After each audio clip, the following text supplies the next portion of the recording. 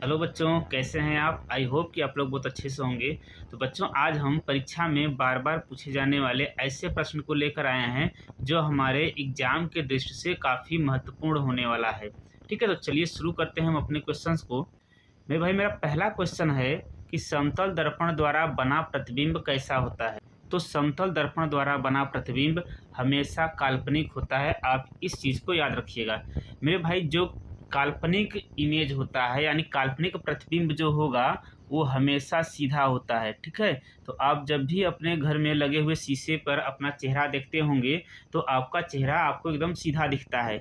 उसमें ऐसा नहीं होता है कि आपकी मुंडी नीचे दिखे और पैर ऊपर दिखे। ठीक है, अगर ऐसा दिखता तो हम कहते हैं कि इमेज उल्टा है। तो आप याद रखिएगा कि जब कभी भी इमेज सीधा होगा तो सीधा इमेज हमेशा क्या होता है, काल्पनिक होता है। अब एक इमेज चाहे उत्तल दर्पण से बने, चाहे अवतल दर्पण से बने या फिर समतल दर्पण से बने, अगर वो सीधा बना है तो इसका मतलब है कि वो इमेज काल्पनिक है। तो समतल दर्पण द्वारा बना प्रतिबिंब मेरे भाई हमेशा कैसा होगा, हमेशा ही काल्पनिक होगा। इस क्वेश्चन का करेक्ट आंसर ऑप्शन डी हो जाता है। चलिए देखते हैं नेक्स्ट क्वेश्चन। नेक्स्ट क्वेश्चन कह रहा है कि लेंस की क्षमता मापने का मात्रक निम्न में से कौन है। तो लेंस की क्षमता जो है वो डायोप्टर में मापी जाती है। कभी कभी एग्जामिनर हमसे लेंस की क्षमता का फार्मूला पूछ देता है। तो मेरे भाई जो लेंस की क्षमता का फार्मूला होता है ये है क्षमता इज इक्वल टू 1/f। और मेरे भाई याद रखिएगा कि एफ जो हो यानी फोकस दूरी जो हमारा होता है वो हमेशा किस में मेजर किया जाता है, हमेशा मीटर में मेजर किया जाएगा। इस चीज़ को याद रखिएगा। ठीक है, यानी अगर फोकस दूरी सेंटीमीटर में दिया है तो क्षमता निकालने के लिए हमें सेंटीमीटर को मीटर में कन्वर्ट करना ही पड़ेगा। तो इस क्वेश्चन का करेक्ट आंसर जो है वो ऑप्शन डी हो जाता है। अब बात करें, हमारे पास एक ऑप्शन में दिया गया है कूलम। तो कूलम जो है मेरे भाई ये होता है चार्ज की यूनिट। किसकी यूनिट है, चार्ज। चार्ज का मतलब आवेश का मात्रक क्या कहलाता है, कूलम कहलाता है। वाट किसका मात्रक है, तो वाट जो है हमारा ये शक्ति का मात्रक है। विद्युत शक्ति का मात्रक मेरे भाई क्या है, वाट होता है। ये बात याद रखिएगा। आई होप कि आपको ये चीज़ समझ में आई होगी। चलिए चलते हैं अपने नेक्स्ट क्वेश्चन पे। नेक्स्ट क्वेश्चन कह रहा है कि प्रकाश के अपवर्तन के कितने नियम हैं। तो मेरे भाई प्रकाश के अपवर्तन के 2 नियम होते हैं। ठीक है, लगे हाथ हम ये भी जान लेते हैं कि प्रकाश का जो परावर्तन होता है, परावर्तन के लिए भी 2 नियम ही होते हैं। तो परावर्तन के कितने नियम है, परावर्तन के भी 2 नियम है और अपवर्तन के भी 2 नियम होते हैं। इस बात को आप याद रखिएगा। तो आइए देखते हैं नेक्स्ट क्वेश्चन। नेक्स्ट क्वेश्चन मेरे भाई कह रहा है कि ऑक्सीजन का वाहक कौन सा है इनमें से। ठीक है, तो ऑक्सीजन का वाहक जो होता है आप याद रखिएगा कि ये होता है हीमोग्लोबिन। क्या होता है, हीमोग्लोबिन होता है। लेकिन हमारे ऑप्शन में तो हीमोग्लोबिन दिया नहीं है।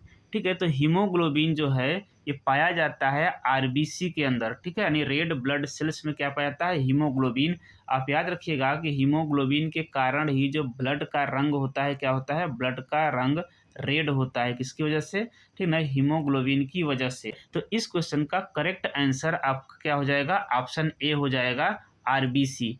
अगर हीमोग्लोबिन होता तो हीमोग्लोबिन सही होता। अगर हीमोग्लोबिन नहीं दिया है, आरबीसी है, तो आरबीसी ही करेक्ट हो जाएगा। अब मेरे भाई कभी कभी एग्जामिनर हमसे पूछता है कि जो हीमोग्लोबिन होता है इसमें कौन सा मेटल पाया जाता है। तो याद रखिएगा हीमोग्लोबिन में आयरन पाया जाता है यानी Fe पाया जाता है। ठीक है, आई होप कि आपको ये चीज़ समझ में आई होगी। आइए देखते हैं नेक्स्ट क्वेश्चन। नेक्स्ट क्वेश्चन में कह रहा है कि पौधों में गैसों का आदान प्रदान किसके द्वारा होता है। तो मेरे भाई जो पौधों में गैसियस एक्सचेंज होता है वो होता है रंध्र के द्वारा। किसके द्वारा है, रंध्र के द्वारा। और इस रंध्र को हम क्या बोलते हैं, इंग्लिश में बोलते हैं स्टोमेटा। ठीक है, तो कभी कभी इंग्लिश वर्ड भी देता है कि स्टोमेटा में होता है या रंध्र में, तो आप दोनों को एक ही मानिएंगे। कभी कभार एग्जामिनर हमसे ये भी क्वेश्चन पूछता है कि गैसों के आदान प्रदान को नियंत्रित कौन करता है। तो मेरे भाई नियंत्रित करने का काम करता है गार्ड सेल। कौन सा है, गार्ड सेल, जिसको कि हिंदी में हम लोग रक्षी कोशिका भी कहते हैं। तो इस क्वेश्चन का जो करेक्ट आंसर होता है मेरे भाई क्या हो जाएगा, ऑप्शन सी हमारा करेक्ट हो जाएगा। आइए देखते हैं नेक्स्ट क्वेश्चन। नेक्स्ट क्वेश्चन कह रहा है कि निम्न में से कौन वृक्क की संरचनात्मक एवं क्रियात्मक इकाई है। ठीक है, तो किडनी का जो संरचनात्मक एवं क्रियात्मक इकाई होती है वो होता है नेफ्रॉन। क्या होता है, नेफ्रॉन, यानी हमारा करेक्ट आंसर क्या हो जाएगा, ऑप्शन सी। आइए देखते हैं नेक्स्ट क्वेश्चन।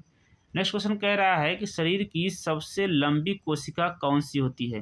तो मेरे भाई सबसे लंबी कोशिका जो होती है वो है तंत्रिका तंत्र की कोशिका। ठीक है, आइए देखते हैं नेक्स्ट क्वेश्चन।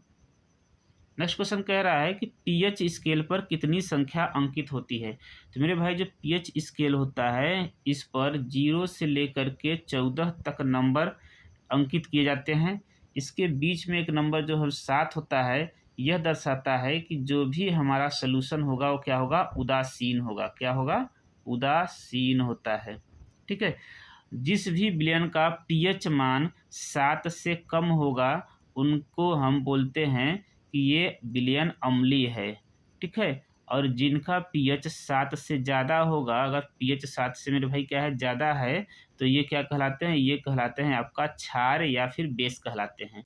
तो इस क्वेश्चन का जो करेक्ट ऑप्शन होगा वो ऑप्शन डी करेक्ट हो जाता है। ठीक, चलिए देखते हैं नेक्स्ट क्वेश्चन।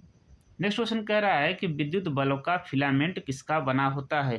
तो विद्युत बल्ब का जो फिलामेंट होता है, जो देखेंगे आप बल्ब में ऐसे, ठीक है ना, ऐसे घुमावदार एक तार लगा होता है, वो जो फिलामेंट बना होता है मेरे भाई किसका बना होता है, टंगस्टन का बना होता है, यानी ऑप्शन सी करेक्ट हो जाता है।